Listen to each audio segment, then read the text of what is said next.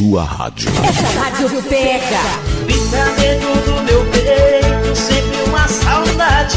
As novidades rolam primeiro aqui. Nada vai rolar, nada vai rolar. Eu sei que nada vai. Tá ligado? É claro que eu tô. Bem devagar, eu vou me tirar do sério. Simplesmente demais. A gente toca o que você gosta de ouvir. Sua rádio. 24 horas ao seu lado.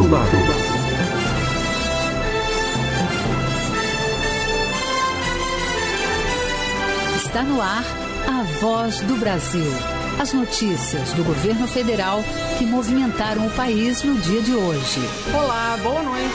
Boa noite para você que nos acompanha em todo o país. Sexta-feira, 26 de fevereiro de 2021. E vamos ao destaque do dia. Mais 20 milhões de doses de vacinas contra a Covid-19. O Ministério da Saúde fecha mais um contrato para a compra de 20 milhões de doses. Desta vez da Covaxin da Índia. Márcia Fernandes. O Brasil também recebe amanhã mais um lote de insumos para produzir mais 12 milhões de doses da vacina de Oxford. Daqui a pouco eu volto com mais informações.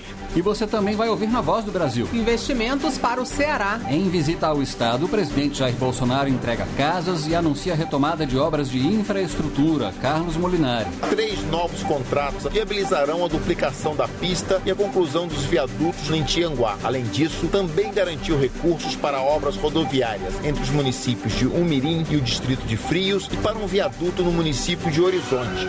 Internet com mais velocidade para localidades distantes. A Anatel define regras para empresas que vão operar a tecnologia 5G. Paulo La Sálvia. As concessionárias deverão se comprometer a levar internet a localidades com mais de 600 habitantes, o que deve atender a 6 milhões de moradores de 14 mil povoados e vilas. Hoje, na apresentação da Voz do Brasil, Gabriela Mendes e Nazi Brum. E assista a gente ao vivo na internet. Acesse www.voz.gov.br.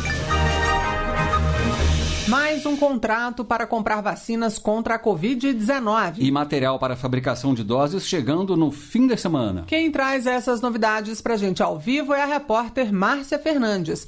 Oi, Márcia, boa noite. Oi, Gabriela, boa noite para você, boa noite, Nazi, boa noite a todos os ouvintes da Voz do Brasil. O Ministério da Saúde assinou um contrato com a Precisa Medicamentos Bharat Biotech para a compra de 20 milhões de doses da vacina indiana Covaxin. O investimento é de 1 bilhão e 614 milhões de reais. A ideia é ampliar ainda mais a estratégia de vacinação dos brasileiros contra a Covid-19. A entrega do imunizante vai ocorrer de forma escalonada e deve começar já em março, com a chegada de 8 milhões de doses. A expectativa é que em abril cheguem mais 8 milhões de doses. As instalações da empresa indiana serão vistoriadas pela Anvisa, a Agência Nacional de Vigilância Sanitária, na próxima semana. A avaliação é necessária para emitir o certificado de boas práticas de fabricação da empresa, obrigatório para o registro da vacina. E lembrando que até agora a empresa não apresentou à Anvisa o pedido para realização de estudos clínicos ou autorização de uso emergencial da vacina. Essa compra é uma forma de garantir as doses quando todos esses processos forem concluídos. E, Márcia, está prevista a chegada de mais insumos para vacinas neste fim de semana? Sim, Nazi. Como eu adiantei ontem aqui na Voz do Brasil, um novo lote do ingrediente farmacêutico ativo, o IFA, para a produção da vacina da AstraZeneca, deve chegar ao Brasil neste sábado. O material vem da China e vai ser usado pela Fundação Oswaldo Cruz, a Fiocruz, para a produção de 12 milhões de doses. Até junho, o Brasil deve receber insumos suficientes para 100 milhões de doses da vacina de Oxford. Agora, Márcia, como está a distribuição de doses pelo país? Tem algum balanço? Tem sim, Gabriela. Desde o dia 18 de janeiro, segundo o Ministério da Saúde, já foram entregues mais de 15 milhões de doses de vacinas contra a Covid-19 no país. Até julho, o governo prevê o envio de mais 200 milhões de doses. O ministro da Saúde, Eduardo Pazuello, destacou o esforço do governo em garantir doses e reforçou que a previsão é vacinar 50% da população até o meio do ano. Isso é realmente uma vitória do nosso país, com a produção própria, em alguns casos, com a importação em outros, e com a capacidade logística de distribuir isso para os estados e para 5.570 municípios, de forma simultânea. Não existe nenhuma ação que nós já não temos trabalhado em cima para fazer a vacina. Nós estamos fazendo todas, nós estamos negociando com todas, nós estamos contratando todas. Acredito que nós teremos capacidade de vacinar a metade da população vacinável do país até a metade do ano. E as ações de combate à doença, Márcia, como o reforço de hospitais, estão sendo intensificadas? Sim, Nazi. Ontem o ministro Pazuello, ele anunciou medidas mais duras para o enfrentamento à pandemia, nesta fase crítica. O foco é no atendimento primário, na estruturação de leitos de UTI, além da vacinação. No caso dos leitos de UTI, a partir de agora, o pagamento será feito todo mês, de acordo com o número de leitos habilitados, e não mais com antecipação de verbas. Ainda segundo as novas regras, os leitos de UTI de Covid-19 autorizados pelo Ministério não precisarão mais de prorrogação. Eles poderão seguir operando até o final da pandemia. Essas medidas, elas garantem mais agilidade ao processo de autorização de leitos, possibilitando assim salvar mais vidas. Gabriela, Nazi. Obrigada, Márcia, pelas informações ao vivo. E o Ministério da Saúde divulgou agora há pouco a atualização dos números do coronavírus. 252.835 pessoas morreram de Covid-19. Até agora, 9.355.974 pessoas se recuperaram da infecção. O número total de casos confirmados é de 10.445.630. Uma internet móvel com conexão mais rápida e uso em diversas áreas, como transportes e telemedicina. É o que promete a tecnologia 5G, que vai ter um leilão para a escolha das empresas que vão operar o serviço até o início de julho. A Anatel, Agência Nacional de Telecomunicações, responsável pelos estudos sobre a escolha dos prestadores de serviço, definiu as regras para o leilão, como oferecer o serviço em localidades distantes e ampliar a estrutura na região norte. As concessionárias que vão oferecer o serviço de 5G deverão se comprometer a levar internet às rodovias federais e a localidades com mais de 600 habitantes, o que deve atender a 6 milhões de moradores de 14 mil povoados e vilas. As empresas deverão ainda fazer investimentos em instalação de fibra ótica na região norte do país e adotar medidas para que o sinal de 5G não cause interferência em antenas parabólicas.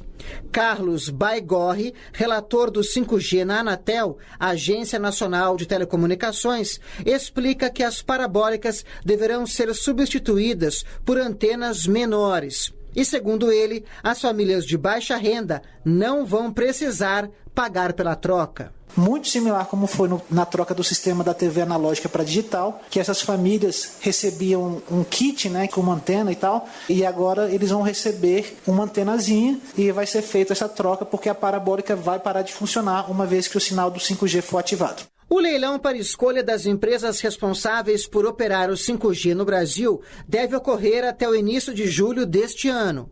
E a expectativa é que em julho de 2022 o serviço já esteja disponível nas capitais. O presidente da Anatel, Leonardo de Moraes, explica que a entrada em operação do 5G não vai tirar do ar as outras bandas de conexão, como o 4G. O usuário só vai precisar trocar de aparelho se quiser usar o novo serviço. Para que o usuário consiga usufruir da rede 5G, se o seu equipamento atualmente não fala com essa rede, ele vai precisar de um novo equipamento. O 5G é a nova geração da internet. É um sistema que vai permitir, por exemplo, a interação entre máquinas e a movimentação de veículos sem a presença de um condutor. O ministro das Comunicações, Fábio Faria, considera que a implantação da nova tecnologia no Brasil vai representar um avanço nos processos de produção industriais. Você vai conseguir eliminar desperdício, você vai conseguir fazer com que a sua empresa consiga, desde a sua produção até o ponto de venda, você vai conectar praticamente toda a sua cadeia produtiva. O ministro também explicou que, para preservar a segurança das informações, o governo brasileiro vai ter uma rede exclusiva e com itens adicionais de proteção. Com locução de Paulo La Sálvia, reportagem Vanessa Mauri. Os últimos 3 meses de 2020 apresentaram crescimento na geração de empregos. Foram criados 4 milhões de vagas, segundo o IBGE. Voltar a trabalhar com carteira assinada foi um alívio para o motorista Elias dos Santos. Pai de 2 crianças, ele ficou desempregado no início da pandemia e no fim do ano passado conseguiu voltar ao mercado de trabalho. Tenho todos os benefícios, tenho a alimentação, tenho o meu saláriozinho certo e a alegria de poder estar proporcionando também os benefícios para criar nossos filhos, nossa família. Assim como Elias, outros brasileiros estão voltando a trabalhar. Uma pesquisa do IBGE mostrou que no último trimestre de 2020, a taxa de desemprego no país caiu 0,7 ponto percentual, em comparação com os 3 meses anteriores, e encerrou o ano em 13,9%, depois de ter ficado em 14,6% entre os meses de julho e setembro. No segundo semestre de 2020, 4 milhões de vagas foram geradas no mercado de trabalho, a maioria no mercado informal. A média anual de desemprego ficou em 13 milhões e 400 mil.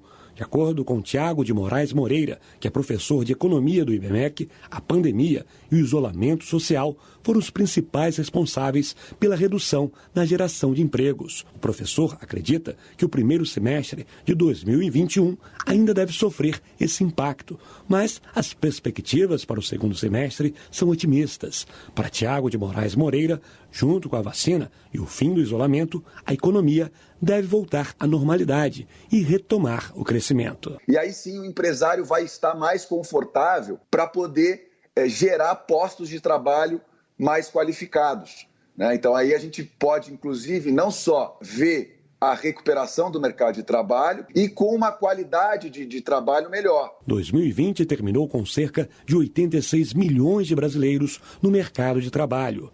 Reportagem Maurício de Almeida. 130 milhões de livros que vão ser usados por 35 milhões de estudantes de escolas públicas do país. Amanhã é o Dia Nacional do Livro Didático. E você vai ouvir daqui a pouco detalhes do programa do governo que distribui livros que auxiliam os alunos em todas as etapas da educação. Mais de 40 milhões de reais para ideias inovadoras. Esse é o investimento previsto por meio do programa Inovativa para as chamadas startups, empresas geralmente da área de tecnologia e inovação. A expectativa é beneficiar 15 mil empresas desse tipo. Sobre o assunto, a repórter Janaína Sobrino conversou com o secretário especial de Produtividade, Emprego e Competitividade do Ministério da Economia, Carlos da Costa. Vamos ouvir. Secretário, o objetivo de investimentos como esse é tornar o Brasil um dos maiores ecossistemas de empreendedorismo inovador? Uma das nossas metas no Ministério da Economia é fazer com que o Brasil esteja entre os 3 principais ecossistemas de startups de todo o mundo. Nós já avançamos bastante. Conseguimos aumentar em 18 posições no ranking de ecossistemas de startups. O volume de investimentos já passou de 20 bilhões de reais e nós já somos top 3 em número de unicórnios. Aquelas empresas conseguiram rapidamente passar de R$1 bilhão. O principal objetivo agora, com a expansão do Inovativa, é alcançar um número maior de startups. E o primeiro projeto que vai contar com parte desses recursos é o IDEAS. Explica um pouco como funciona esse programa? Esse programa ele tem como principal objetivo apoiar aquelas empresas que estão no início das suas ideias. Essas empresas costumam ter muito pouco apoio e precisam muito de assistência técnica, de ajuda para que as suas ideias evoluam. O Ideia de A a Z, a gente chama que é desde o início até o fim. Ele vai começar na fase inicial e vai disponibilizar consultores, mentores e até ajudar as empresas a conseguir investimentos no mercado para que elas refinem as suas ideias do modelo de negócio, para que elas desenvolvam melhor os seus produtos, selecionem melhor os seus clientes. E quem pode participar? Olha, tem 2 processos seletivos. Um que se encerra no dia 28, que é o processo seletivo das incubadoras e aceleradoras. Porque nós não vamos fazer isso diretamente. Não vamos ter servidores públicos ajudando as startups a melhorar os seus modelos de negócio. Quem sabe fazer bem isso é o setor privado. Então nós estamos selecionando incubadoras e aceleradoras para que nós conseguimos apoiá-las financeiramente e elas, a partir daí, apoiem os nossos empreendedores. O segundo processo seletivo que também está abrindo é para aqueles que têm ideias inovadoras e que querem receber esse apoio por meio das incubadoras e aceleradoras que serão selecionadas nas próximas semanas. Por que é tão importante investir nesse tipo de negócio? Quem mais gera emprego no mundo e no Brasil, isso é ainda mais forte, são as micro e pequenas empresas. E as mais dinâmicas dessas micro e pequenas empresas são as chamadas startups. Aquelas empresas que têm ou modelos de negócio novos, ou produtos inovadores, ou de base tecnológica, que estão crescendo vertiginosamente, e, portanto, criando muito emprego, e muito emprego bom, emprego que tem boa remuneração e que, inclusive, treinam muito os seus funcionários. São empresas, em geral, com uma visão mais aberta, mais globalizada, empresas que constroem um Brasil muito mais ágil e próximo. Obrigada, secretário. E para saber mais sobre a Inovativa, acesse www.inovativabrasil.com.br. O presidente Jair Bolsonaro anunciou no Ceará a retomada de obras que estavam paralisadas no estado. Os recursos já estão garantidos para melhorias viárias, duplicação de rodovias e conclusão de viadutos. Que falta faz na rotina da população uma obra que foi deixada para trás? Em Tianguá, município cearense de 76 mil habitantes, distante 310 quilômetros de Fortaleza, moradores, motos e caminhões cortam a BR-222 diariamente. Uma via simples de mão dupla com um retorno improvisado. Raimundo Benício, trabalhador da construção civil, conhece bem essa realidade. Essa BR é muito perigosa, esse espaço aqui já tem acontecido muito acidente, morte, né? O viaduto que poderia melhorar o fluxo de veículos na rodovia federal está inacabado. A obra foi paralisada em 2011 e agora, com o compromisso de concluir várias obras paralisadas pelo país, o presidente Jair Bolsonaro visitou Tianguá na tarde desta sexta-feira e garantiu verbas para o empreendimento. O executivo e o legislativo trabalham juntos. Um nada faz sem o outro. E na história do Brasil, nunca tive tanto apoio como estamos tendo agora com vocês, deputados, senadores, e por que não citar também alguns deputados estaduais. Não há entre nós intrigas, há vontade de trabalhar. E esta bancada tem arranjado recursos para complementar ou iniciar muitas outras obras aqui no nosso Ceará. 3 novos contratos assinados pelo Departamento Nacional de Infraestrutura de Transportes viabilizarão a duplicação da pista e a conclusão dos viadutos de travessia urbana em Tianguá. Além disso, o ministro da Infraestrutura, Tarcísio de Freitas, também garantiu recursos para obras rodoviárias entre os municípios de Umirim e o distrito de Frios e para um viaduto no município de Horizonte. Nós vamos tocar, nós vamos avançar com todas as obras que estavam paradas. Nós vamos fazer a infraestrutura chegar ao Ceará. Para quem depende da rodovia para trabalhar, como o caminhoneiro Francisco Rivaldo, a expectativa é de que finalmente os acidentes diminuirão na BR-222. Melhora o tráfego, né, para nós caminhoneiros, para ciclista, pedestre, né? O investimento para as obras em Tianguá supera os 66 milhões de reais e a previsão é de que em fevereiro de 2022 todo o trecho esteja concluído. De Tianguá, interior do Ceará, Carlos Molinari para a Voz do Brasil. E ainda no Ceará, o presidente Bolsonaro visitou obras e entregou casas populares. Bolsonaro visitou o trecho da BR-222 que está sendo duplicado. A pista dá acesso aos portos de Pecém e do Mucuripe. Também foram entregues 240 casas para a população cearense. Lá se vão 22 anos desde que Antônio Anastácio assumiu a boleia de um caminhão.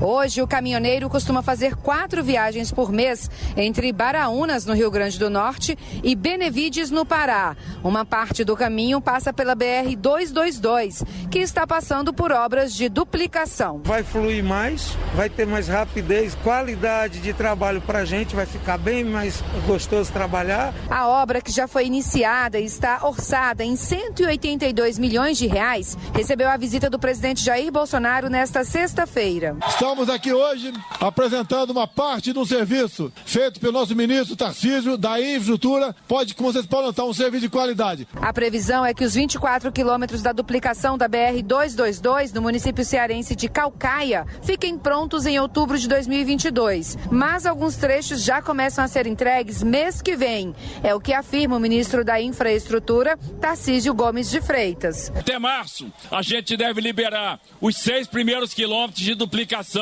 aqui na 222, nesse trecho de Caucaia para Pecém. Até junho, a gente libera mais 6, 7 quilômetros. Além de dar acesso aos portos marítimos cearenses do Pecém e do Mucuripe, a via passa pelo complexo industrial de Maracanaú.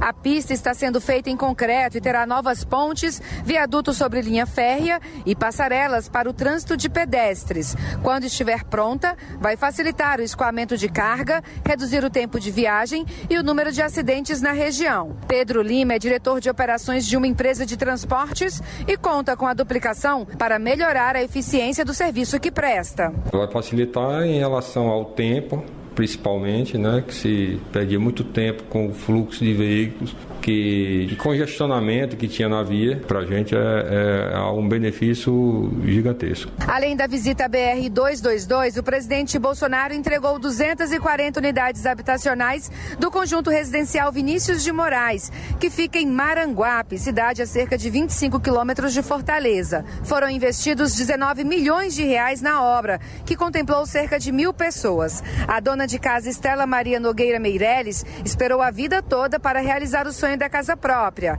Ela vai mudar com os 3 filhos para o novo lar. Eu pago 450 de aluguel. Agora a gente vai pagar só R$80, né? Que é um alívio pra gente, né? Em 2020, o Ministério do Desenvolvimento Regional entregou mais de 415 mil moradias. Reportagem Luana Karen. Amanhã é o Dia Nacional do Livro Didático. Entre o aluno e o professor, lá está ele, um importante instrumento de ensino e de democratização do conhecimento. Depois de selecionado, o material é distribuído a 35 milhões de alunos de escolas públicas de todo o país, todos os anos por meio do Programa Nacional do Livro e do Material Didático. Só este ano vão ser distribuídos mais de 130 milhões de exemplares. No Brasil, os livros escolares são distribuídos pelos Correios, que buscam os exemplares diretamente nas editoras e entregam nas escolas de todos os municípios. O material faz parte do PNLD, Programa Nacional do Livro e do Material Didático, que é um dos maiores do mundo. O secretário de Alfabetização do Ministério da Educação, Carlos Nadalim, comenta que o programa está sendo ampliado. Para resolvermos o problema da alfabetização, nós precisamos atacar em várias frentes e uma delas é o material didático. As crianças precisam adquirir habilidades como a consciência do material impresso, adquirir noções de que na escrita tudo ocorre de cima para baixo, da esquerda para a direita, que há espaços vazios. Elas precisam ampliar o vocabulário e pela primeira vez as crianças da pré-escola terão acesso a esses livros. A ideia de distribuir livros didáticos motivou a criação do Instituto Nacional do Livro, em 1937, época em que a maior parte da população era analfabeta. Outros projetos se seguiram até o surgimento do atual PNLD, em 1985. Desde 2017, o programa inclui obras literárias e outros materiais. Autor de livros didáticos de história há 30 anos, Alfredo Boulos Júnior conta que ficou muito emocionado na primeira vez que viu uma criança com um livro escrito por ele. Ele destaca a responsabilidade com o que escreve. Que é a coluna vertebral do livro didático, ele ser compreensível ao aluno. Quer dizer, ele conseguir chegar à carteira do aluno. A linguagem tem que ser compreensível, as imagens têm que potencializar o uso, né? Que não haja erros conceituais. É um conjunto grande de elementos que faz o livro didático possuir essa mágica e atravessar o tempo, formando gerações. Só neste ano, mais de 132 milhões de livros didáticos foram enviados às escolas públicas dos 5.570 municípios brasileiros. Reportagem Sara Kines. E como acabamos de ouvir, os Correios cuidam da logística de distribuição dos livros didáticos até as escolas. O diretor de operações dos Correios, Carlos Henrique de Luca Ribeiro, dá os detalhes da operação. A mega operação é responsável pela entrega de quase 200 milhões de livros em todos os 5.570 municípios do Brasil. Mais de 10 mil profissionais, entre próprios e temporários, estão envolvidos nessa operação. É uma satisfação aos Correios participar de um dos programas sociais mais importantes do governo federal, para proporcionar o acesso à educação aos brasileiros. Este ano, os Correios entregam 80 mil toneladas de livros didáticos às escolas públicas. E essas foram as notícias do governo federal. Uma realização da Secretaria Especial de Comunicação Social do Ministério das Comunicações. Com produção da Empresa Brasil de Comunicação. Fique agora com as notícias do Poder Judiciário e do Congresso Nacional. Uma boa noite, um bom fim de semana. Uma boa noite para você e até segunda.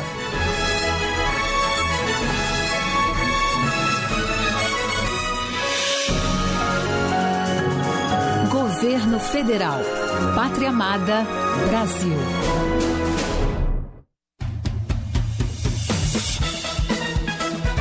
Você vai ouvir agora notícias do Poder Judiciário. Supremo Tribunal Federal declara inconstitucionalidade de equiparação salarial de cargos no Judiciário de Mato Grosso do Sul. Ministro Sebastião Reis Júnior, do Superior Tribunal de Justiça, nega habeas corpus para suspender decreto que impõe toque de recolher na Bahia. Justiça do Distrito Federal condena empresas por falha na segurança que permitiu estelionato virtual. Boa noite, eu sou Ana Carla Mourão. E eu sou Walter Lima. Supremo Tribunal Federal declara inconstitucionalidade de equiparação salarial de cargos no Judiciário de Mato Grosso do Sul. O plenário da Corte reafirmou jurisprudência sobre o tema. Fábio Ruas. No caso, o Estado de Mato Grosso do Sul recorreu de decisão do Tribunal de Justiça Estadual, que, com base no princípio da isonomia, assegurou a equiparação pleiteada pelos analistas judiciários com salário de técnico de nível superior, por entender que os cargos apresentam exigências comuns. No entanto, segundo jurisprudência do STF, não cabe equiparação salarial concedida por determinação judicial. O ministro do Superior Tribunal de Justiça, Sebastião Reis Júnior, negou habeas corpus, no qual um advogado pedia a suspensão de decreto editado pelo governador da Bahia. O normativo determina restrições de circulação noturna em alguns municípios como medida de enfrentamento à pandemia do novo coronavírus. Fátima Uchoa. À exceção de atividades essenciais, o decreto proíbe a população de permanecer ou transitar em qualquer local público das 8 da noite às 5 horas da manhã entre os dias 22 e 28 de fevereiro. Salvador é um dos municípios atingidos pela medida. O ministro Sebastião Reis Júnior observou que a jurisprudência do STJ considera incabível o habeas corpus contra ato normativo em tese, exemplo dessa impetração que questiona o decreto editado pelo governador da Bahia. Assim, o ministro indeferiu o pedido do advogado. O Tribunal de Justiça do Distrito Federal condenou o Facebook e a operadora TIM Celular por falha de segurança que resultou em estelionato virtual de cliente. Segundo o processo, a empresa de telefonia permitiu que o estelionatário trocasse o plano telefônico da cliente e ainda cancelou a linha por suposta falta de pagamento. Já o Facebook permitiu que o golpista tivesse acesso aos dados do WhatsApp e conseguisse pedir transferências de valores em nome da cliente. Para a Justiça, houve falha na segurança e as duas empresas terão de pagar R$5 mil por danos morais à consumidora e mais R$35 mil por danos materiais. Em Mato Grosso, a Justiça manteve prisão de acusado de pedofilia que chantageava adolescente de 13 anos. Ele exigia fotos nuas e tentou marcar encontro para manter relações sexuais com ela. Daiane Garcês. A chantagem começou depois que a adolescente recebeu mensagens de uma mulher que se declarou bissexual e pediu fotos da garota. Ela pediu ajuda a um amigo que entrou em contato com a mulher. Pouco depois, um homem procurou a adolescente, disse que foi vítima de desaforo e ameaçou ir até a polícia se ela não mandasse fotos nuas. Sem orientação, a jovem cedeu à pressão e passou a ser chantageada. O caso foi levado à polícia quando ela pediu ajuda a uma tia. O Ministério Público Federal recorre para que auxílio emergencial seja prorrogado no Amazonas. O recurso pede reconsideração de decisão do Tribunal Regional Federal da Primeira Região. Maressa Almena. O tribunal suspendeu a prorrogação por mais 2 meses do auxílio emergencial no Amazonas. A decisão de primeira instância tinha permitido o pagamento de 2 parcelas de R$300. O Tribunal Regional entendeu que houve interferência do Judiciário nas atribuições do Poder Executivo. No recurso, o Ministério Público alega que houve omissão do Executivo e, por isso, o Judiciário deve intervir. Você acompanha outras notícias do Poder Judiciário em 104,7 FM. Para Distrito Federal, entorno e também pela internet. Acesse www.radiojustiça.jus.br. Siga pelo Twitter. twitter.com/radiojustiça. Acesse ainda o portal de notícias do Supremo Tribunal Federal, stf.jus.br. Uma boa noite para você. E um bom fim de semana. Notícias do Poder Judiciário, uma produção da Rádio Justiça, Supremo Tribunal Federal.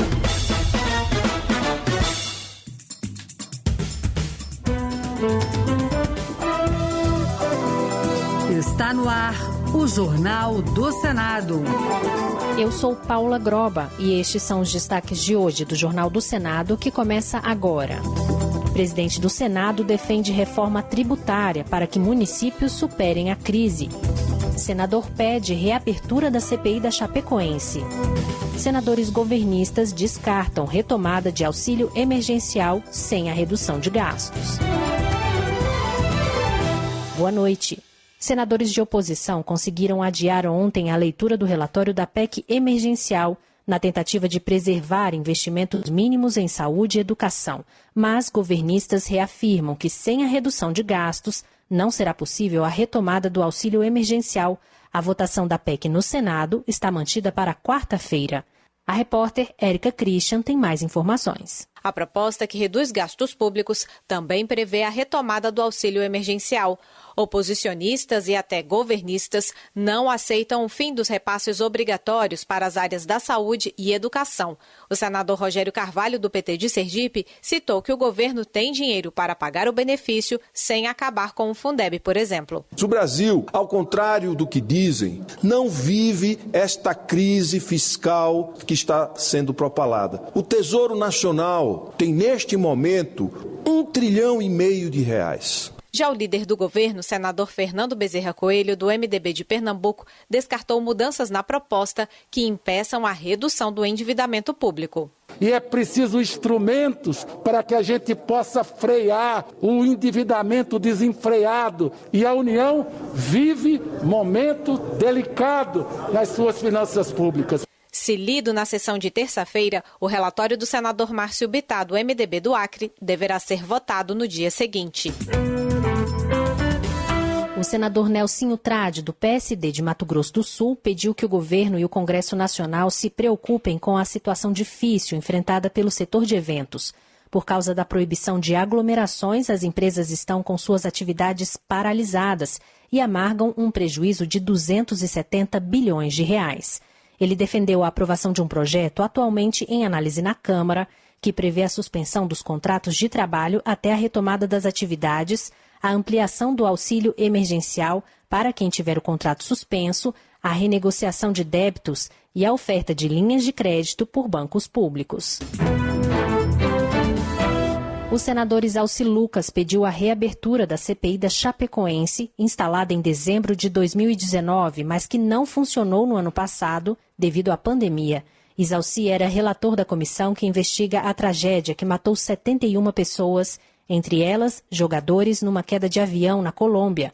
O repórter Pedro Pincer tem os detalhes. A CPI da Chapecoense foi instalada em dezembro de 2019 para funcionar por 6 meses, mas teve os trabalhos prejudicados pela pandemia. O regimento interno do Senado, no entanto, determina que todas as comissões temporárias devem ser encerradas no final do ano.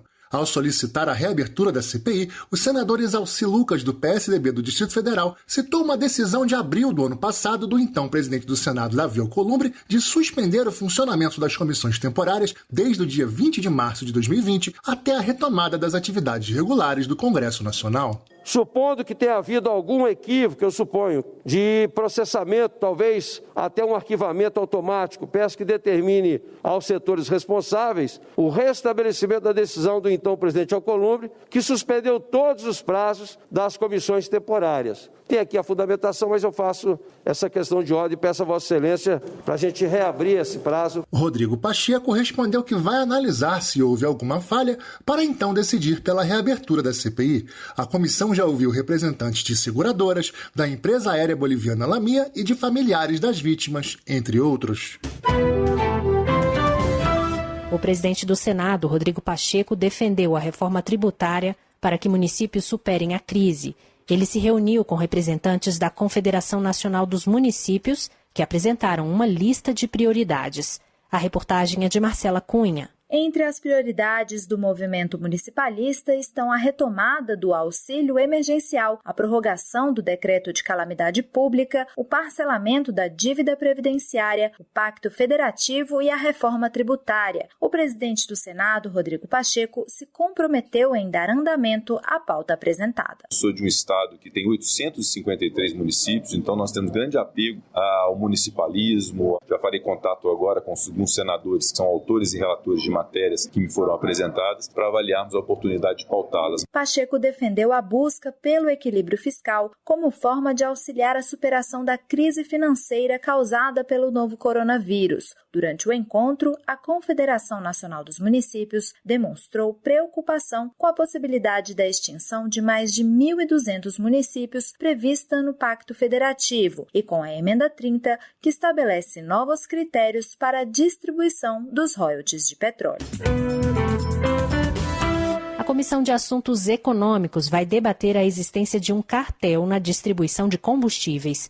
O CAD, órgão encarregado de zelar pela livre concorrência no país, será o convidado para audiência pública, ainda sem data definida. Repórter Bruno Lourenço. O presidente da Comissão de Assuntos Econômicos, Otto Alencar, do PSD da Bahia, quer debater a suposta existência de um cartel das distribuidoras de combustíveis. Ele é autor de projeto já aprovado no Senado que admite a possibilidade de venda direta das usinas e refinarias para o consumidor. Se o produtor de etanol lá do Nordeste quiser produzir etanol, pegar o caminhão de transporte dele e levar o etanol para o posto de combustível, não pode.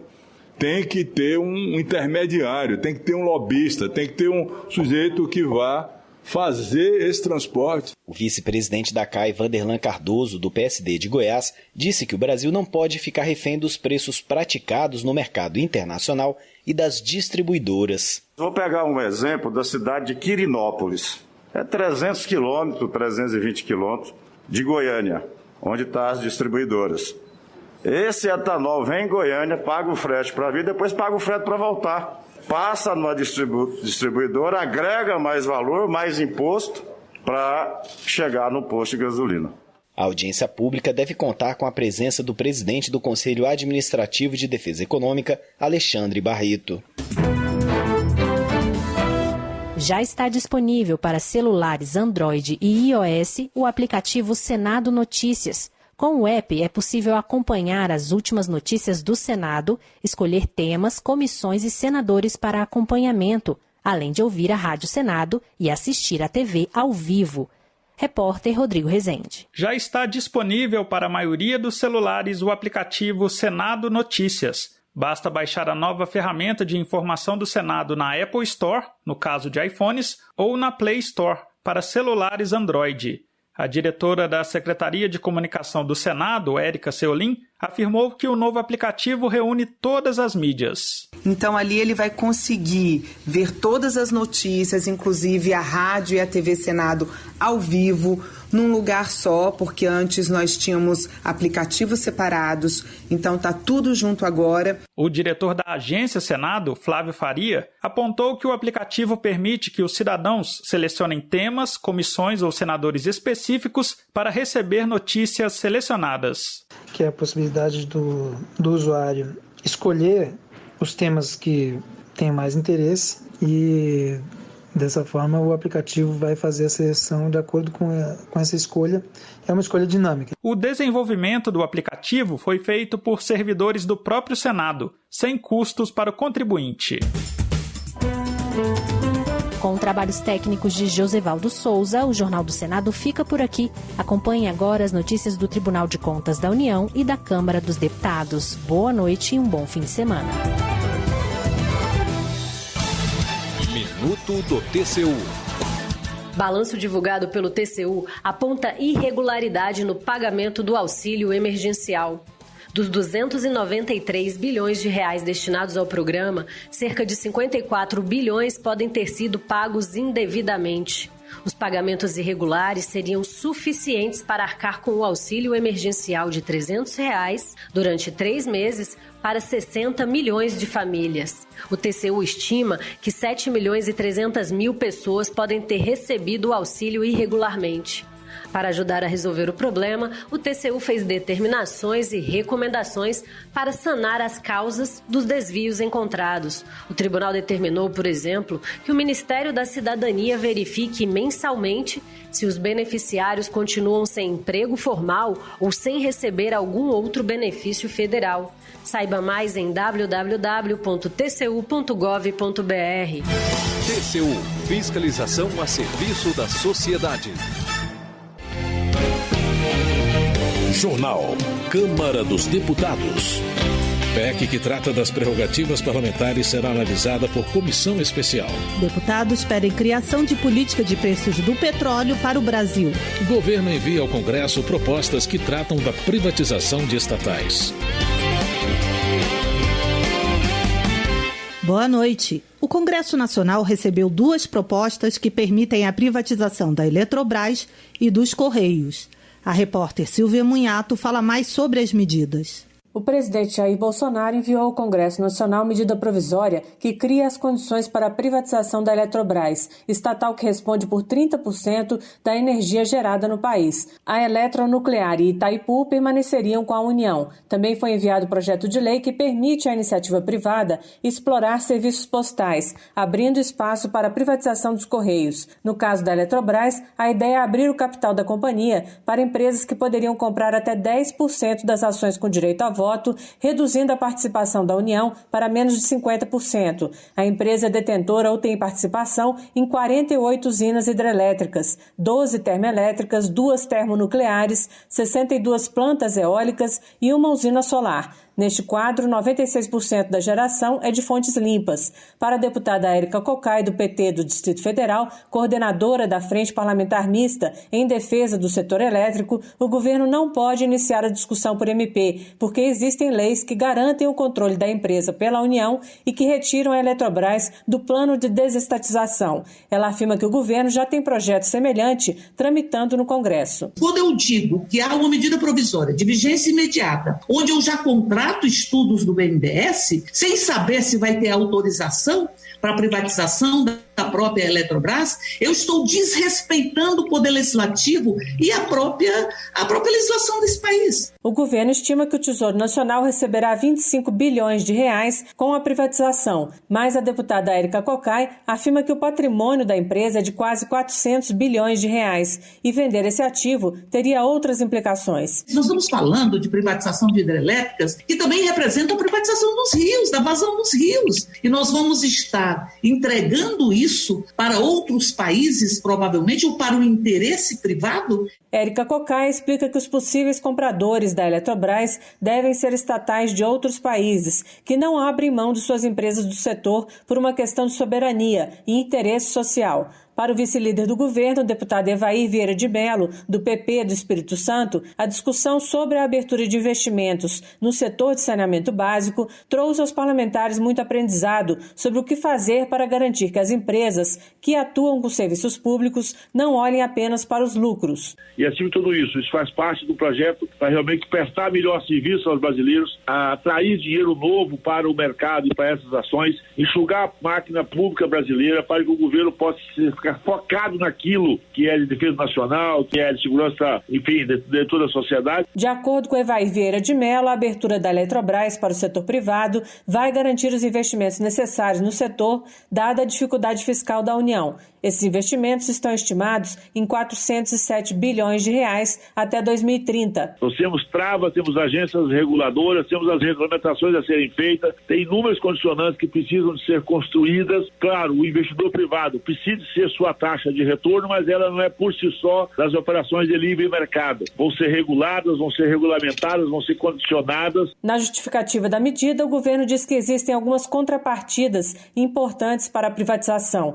como a exigência de investimentos anuais de 350 milhões de reais na revitalização do Rio São Francisco por 10 anos. Também serão colocados recursos para a redução de tarifas na região norte e para a revitalização dos rios que abastecem o sistema de Furnas. No caso dos Correios, o governo diz que a empresa também precisa de investimentos para ser competitiva, mas que esse dinheiro não existe. O projeto abre os serviços postais para empresas privadas, mas coloca a regulação dessa prestação no âmbito de fiscalização da Anatel. Da Rádio Câmara de Brasília, Silvia Minhato. Vinícius Poit, do Novo de São Paulo, avalia que a medida provisória de capitalização da Eletrobras enviada pelo governo é um avanço. Segundo o deputado, a medida vai retomar a capacidade de investimento para expandir o sistema elétrico brasileiro e permitir que a economia volte a crescer. Vinícius Poit defende apenas ajustes para evitar que seja criada uma nova estatal para gerir apenas a eletronuclear e Itaipu. Economia. Daniel Almeida, do PCdoB da Bahia, afirma que o governo federal tenta transferir a responsabilidade em relação ao preço dos combustíveis para os estados ao enviar projeto que prevê um valor fixo para a cobrança do ICMS. Na opinião de Daniel Almeida, falta à gestão Bolsonaro a definição de uma política que inclua o caráter estratégico do setor do petróleo. De acordo com o deputado, a venda da rede de dutos de gás e de refinarias, como a Landulfo Alves, evidencia o descaso com o patrimônio nacional e a submissão aos interesses do capital internacional. Joseildo Ramos, do PT da Bahia, culpa a política de preços da Petrobras pelo alto valor dos derivados de petróleo no Brasil. O parlamentar ressalta que a empresa está com uma ociosidade de 30% no seu parque de refino e, com isso, é obrigada a importar diesel e gasolina. Joseildo Ramos alega que, com o pré-sal, a Petrobras passou a operar com custos de produção baixos, comparados aos valores internacionais. Na visão do deputado, a empresa vem sendo desmontada e desmoralizada pelos últimos governos. Paulo Ramos, do PDT do Rio de Janeiro, questiona a troca do presidente da Petrobras, substituído por causa da política de preços da empresa. O deputado afirma que o Brasil tem refinarias com capacidade ociosa e que o país tem matéria-prima, mas importa derivados de petróleo. Paulo Ramos critica ainda a proposta de privatização da Eletrobras, que foi enviada pelo governo federal ao Congresso. Zé Neto, do PT da Bahia, considera a situação da refinaria Landulfo Alves como um crime de lesa pátria. O deputado cita que a empresa foi vendida e que não produzia nem combustíveis nem gás como deveria. Contrário à privatização da Eletrobras e da Petrobras, o parlamentar entende que não se pode vender o que é estratégico para o país. Zé Neto cita o caso da Alemanha, que está reestatizando serviços básicos como a água. Vicentinho, do PT paulista, lamenta que o valor das aposentadorias abaixo do piso da Previdência não tenha sido reajustado pela inflação. O parlamentar afirma que, durante a pandemia, aumentou o número de aposentados responsáveis por prover toda a renda familiar devido ao crescimento do desemprego. Segundo Vicentinho, é preciso aprovar o projeto que cria o 14º salário para os aposentados, para garantir a cobertura das despesas com medicamentos e serviços essenciais. Pompeu de Matos, do PDT do Rio Grande do Sul, protesta contra o plano do Banco do Brasil de desativar 361 unidades da instituição ainda no primeiro semestre deste ano. Ele acusa que a medida deve causar a demissão de mais de 5 mil funcionários. Além disso, Pompeu de Matos critica a intenção de parlamentares em privatizar o Banco do Brasil. O deputado exalta a função social da instituição. Saúde. O projeto de Neucimar Fraga, do PSD do Espírito Santo, permite que qualquer mulher no Brasil que tenha um filho vivo e queira fazer a ligadura de trompa seja assistida pelo SUS ou pelos planos de saúde. O parlamentar argumenta que muitas mulheres chegam aos 25 anos com mais de 3 filhos e são proibidas de fazer a ligadura pela lei. Nilcimar Fraga explica que a mulher poderá ter acompanhamento de um conselho de psicólogos para tentar fazê-la desistir da decisão. Para o deputado, é inaceitável proibir o planejamento familiar da mulher. Doutora Soraya Manato, do PSL do Espírito Santo, informa que tomou a vacina contra a Covid-19. A deputada faz parte do grupo de risco por ser médica. Ela defende o uso da vacina, embora respeite os adultos que não queiram tomá-la. Soraya Manato salienta que doenças como sarampo, por exemplo, foram erradicadas no Brasil por causa do uso de vacinas. Para ela, é importante que os pais perpetuem a prática da imunização, para evitar a volta de doenças já extintas no país. Durante encontro com o presidente do Senado, o deputado Rogério Correia, do PT de Minas Gerais, comentou sobre priorizar a vacinação dos profissionais da educação contra a Covid-19. O deputado salienta que a imunização desse segmento é fundamental para o retorno seguro às aulas. Outro tema discutido na reunião foi a proposta que desvincula do orçamento os gastos com saúde e educação. Para Rogério Correia, não faz sentido custear o auxílio emergencial de R$ 300 com recursos do SUS e do ensino público, em plena pandemia. Para a professora Rosaneide, do PT de Mato Grosso, a casa erra ao colocar como prioridade matérias que não estão ligadas à pandemia, como a questão das prerrogativas parlamentares. Professora Rosaneide sugere que o parlamento discuta e vote as propostas de universalização da vacina contra o coronavírus e de implementação do auxílio emergencial. Pedro Kizai, do PT de Santa Catarina, apoia a volta do pagamento do auxílio emergencial de R$ 600, mas desaprova o uso de recursos da educação e da saúde para custear o benefício, como prevê a PEC emergencial. Na opinião dele, é possível utilizar recursos dos fundos constitucionais e da taxação de grandes fortunas. Pedro Kizai também defende a construção de regras para a vacinação no país. Segundo ele, antes de pensar na volta às aulas presenciais da rede pública de ensino, é preciso garantir, pelo menos, a vacinação dos profissionais da educação.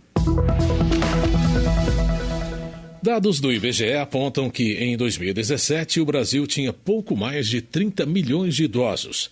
Otávio Leite, do PSDB do Rio de Janeiro, alerta que, com o crescimento dessa parcela da população, é necessário que o poder público crie mecanismos para melhorar a qualidade de vida dos idosos. Pensando nisso, Otávio Leite apresentou projeto que oferece uma dedução do imposto de renda aos gastos com cuidador de pessoa idosa. O deputado argumenta que a proposta vai ajudar a formalizar a atividade, estimular o aperfeiçoamento profissional e permitir que as famílias ofereçam mais qualidade de vida para os seus idosos. Agricultura. Heitor Chu, do PSB Gaúcho, destaca a atuação dos sindicatos e da FETAG, a Federação dos Trabalhadores na Agricultura, no Rio Grande do Sul, na busca por melhores condições de vida para os homens e mulheres do campo. O deputado afirma que, graças à luta organizada dos trabalhadores, foi possível avançar em programas de crédito fundiário como o Terra Brasil. Heitor Chu ressalta que o crédito fundiário não serve apenas para comprar terra, mas também para possibilitar a assistência técnica que gera renda para a agricultura familiar. Ele cobra, porém, mais efetividade no diálogo entre os Ministérios da Economia e da Agricultura e juros mais baixos para os pequenos agricultores. Desenvolvimento Regional. Luísa Canziani, do PTB, informa a realização de reunião da bancada paranaense com o ministro de Infraestrutura, Tarcísio Gomes de Freitas, onde ficou definida uma mudança no projeto de concessões que vai impactar em mais de 3 mil quilômetros de rodovias. De acordo com Luísa Canziani, 100% dos recursos ofertados durante o leilão serão aplicados no próprio estado do Paraná. Ou seja, qualquer valor usado para desempate será utilizado integralmente na própria rodovia. Boca Aberta, do PROS do Paraná, questiona a instalação de uma praça de pedágio em trecho da rodovia PR-445 que liga Londrina a Tamarana. Na opinião do deputado, ao invés de cobrar dos motoristas, o governo paranaense deveria investir os mais de 4 bilhões de reais arrecadados com o IPVA em melhorias nas estradas que cortam o estado. Boca Aberta também destaca protesto realizado por agricultores da região. Eles reclamam que o pedágio vai prejudicar moradores e trabalhadores que transitam pelo trecho diariamente, além de encarecer os produtos transportados pela rodovia. Frei Anastácio Ribeiro, do PT, destaca a reunião da bancada de deputados e senadores da Paraíba com o governador do estado, João Azevedo, para debater a destinação das emendas que serão encaminhadas aos municípios, especialmente as das áreas da saúde e da educação. Frei Anastácio considera que o encontro foi produtivo e que a bancada paraibana demonstrou estar unida pelo bem do povo do estado. Edilásio Júnior, do PSD, elogia a decisão do STF que suspendeu a criação de cargos comissionados de capelão religioso na área da segurança pública do Maranhão. De acordo com dados da Transparência Brasil, de 2018 a 2021, o Maranhão gastou aproximadamente 15 milhões de reais com o pagamento aos capelães. Edilásio Júnior afirma que o dinheiro gasto poderia ter sido usado para pagar um auxílio emergencial aos maranhenses no valor de R$ 500. O plenário da Câmara adiou a votação da proposta chamada de PEC das Prerrogativas, que altera a Constituição para tratar das possibilidades de prisão em flagrante de deputado e senador e da imunidade que protege opiniões, palavras e votos dos parlamentares. A matéria já estava na pauta de votações de quinta-feira, mas não foi apreciada por falta de acordo entre os partidos. Nos debates de hoje, persistiu a falta de consenso e o presidente da Câmara, Arthur Lira, decidiu instalar uma comissão especial para elaborar um relatório sobre a matéria. A PEC só voltará à pauta do plenário após a apresentação do relatório pela comissão, como está previsto no regimento interno da Câmara. O repórter José Carlos Oliveira explica a polêmica em torno da proposta. Para facilitar a aprovação, a relatora apresentou uma versão mais enxuta da proposta original. Foram retiradas as alterações nas regras de inelegibilidades e nas competências do Supremo Tribunal Federal e do Superior Tribunal de Justiça quanto ao julgamento de recursos de ações penais. Também saiu a proibição de aprovação de medida cautelar contra parlamentar durante o plantão judicial. Quanto aos crimes inafiançáveis que podem levar à prisão em flagrante de parlamentar, Margarete Coelho preferiu substituir a lista de crimes previstos na Constituição pela lista que consta de lei específica. Com isso, apesar de mantida a ideia do texto inicial, possibilita-se que o legislador infraconstitucional estabeleça outras hipóteses de inafiançabilidade relacionadas à natureza do delito, em relação às quais também estará autorizada a prisão em flagrante do parlamentar. Atualmente são considerados inafiançáveis o racismo, a tortura, o tráfico de drogas, o terrorismo e a ação de grupos armados contra o Estado Democrático, previstos na Constituição, e uma lista de 10 crimes hediondos previstos em lei, como homicídio qualificado, genocídio, extorsão mediante sequestro, estupro e falsificação de produtos destinados a fins terapêuticos ou medicinais. A relatora manteve no texto o realce ao poder do Conselho de Ética na responsabilização por atos incompatíveis com o decoro parlamentar, a proibição de afastamento judicial cautelar de parlamentar, o julgamento de congressistas no STF nos processos relativos a crimes cometidos durante o exercício do cargo e a custódia do parlamentar na própria Casa Legislativa até decisão do plenário sobre a manutenção ou não da prisão. Margarete Coelho ressaltou que a possibilidade de prisão preventiva de parlamentar é um dos pontos positivos do texto original. Está se prevendo expressamente que a prisão em flagrante de parlamentar pode ser convertida em prisão preventiva, hipótese hoje não prevista na Constituição, o que deixa evidente que o objeto da proposta não é, como se tem divulgado, a impunidade de quem quer que seja. Além da prisão preventiva, a PEC ainda prevê possibilidade de relaxamento da prisão, concessão de liberdade provisória ou medida cautelar no caso de o plenário manter a prisão. O STF passaria a ter a competência exclusiva para a autorização de busca e apreensão nas dependências do Congresso Nacional e as medidas cautelares contra parlamentares dependeriam de aprovação do plenário do Supremo.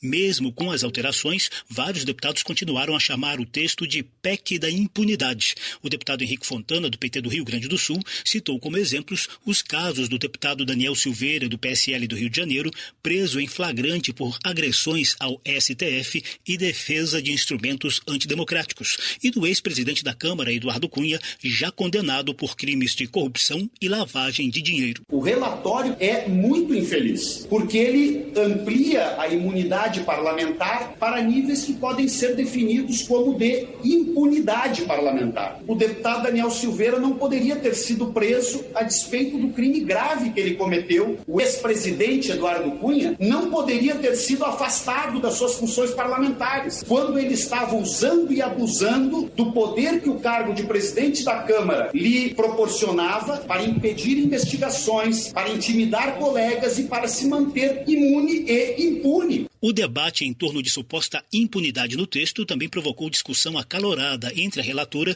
e o deputado Fábio Trade, do PSD do Mato Grosso do Sul e vice-líder do maior bloco partidário da Câmara. Quando o parlamentar se utiliza do mandato praticando atos de corrupção, atos de concussão, além dele não poder ser afastado do mandato, ele não poderá ser preso em flagrante. Isto é impunidade total. A relatora Margarete Coelho rebateu. Muito triste ver Vossa Excelência fazer leituras enviesadas, dizer que nós estamos aqui a beneficiar corruptos. Vossa Excelência sabe muito bem que não há um único dispositivo na Constituição que diga que corrupto vai ser preso em flagrante, deputado. Eu repudio a fala dele com veemência. A relatora e o autor da PEC, deputado Celso Sabino, do PSDB do Ceará, voltaram a argumentar que a proposta apenas consolida decisões sobre prisão em flagrante e imunidade parlamentar já presentes na jurisprudência dos tribunais superiores. Também negam que a proposta tenha efeito retroativo para beneficiar parlamentar que já está preso. No entanto, vários deputados se queixaram da rapidez na tramitação da proposta, formalmente apresentada na quarta-feira e já levada à votação em plenário na mesma semana.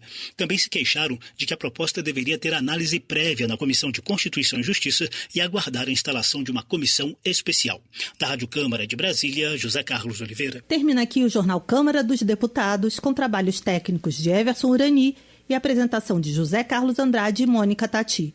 Uma boa noite para você. Uma ótima noite. A Voz do Brasil está de volta na segunda-feira. Bom fim de semana. Você ouviu A Voz do Brasil. Boa noite.